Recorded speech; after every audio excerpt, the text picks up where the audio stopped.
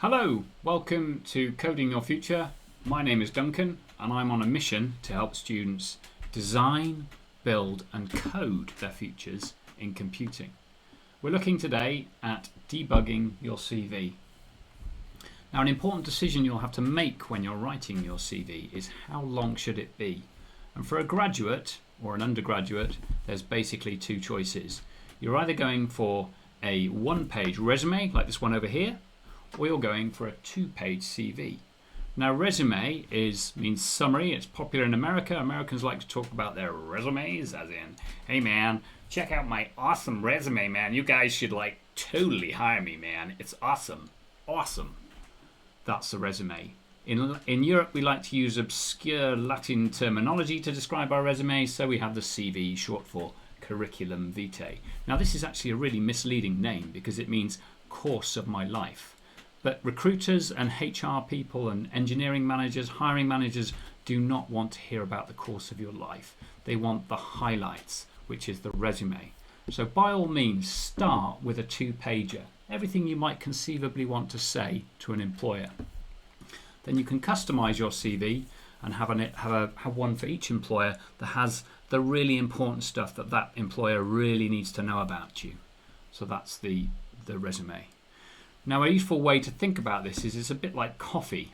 Your CV is a bit like a longer coffee, perhaps a latte, an Americano, or a cappuccino. Nothing wrong with those coffees, perfectly good. But there's quite a lot of milk, a lot of water, and often quite a lot of froth in your longer coffee, and you don't need that on your resume. What you want is a nice, short, sharp, sweet, straight to the point espresso. Bang. It's got all the information you need. It's got the caffeine. It doesn't have all the water and it doesn't have any milk. It gets straight to the point, but it does exactly the same job. So start with a CV and aim to end up with a resume. Now, this sounds easy, but it's actually really, really hard because famous quotation, if I'd had more time, I would have written a shorter letter. It actually takes you longer to write less because you've got to decide what to leave out, and that can be really tough because things you might want to describe, you just have to leave out. So, should you be creating a one-page resume or a two-page CV? Let's summarize. We can fudge the issue by saying do both. So start with a two-pager, but your goal should be to create a one-pager. Ask the employer, see what their preferences are. Opinions on this vary. There are no right and wrong answers on this issue. Some employers like two pages, many like one pages. Most of the employers I've spoken to actually prefer a one pager. Remember that people don't actually read your CV or your resume. They scan it in a matter of seconds. You might be lucky if somebody spends as much as 15 seconds looking at your CV or resume. So making it shorter, you're actually making it easier on your reader to scan it and get the information they want from it quickly. Imagine you're a recruiter or an HR manager and you've got 200 CVs to look through. You're looking to get through that as quickly as possible. You don't have time to sit there and read both pages of a CV. So one page should be your goal.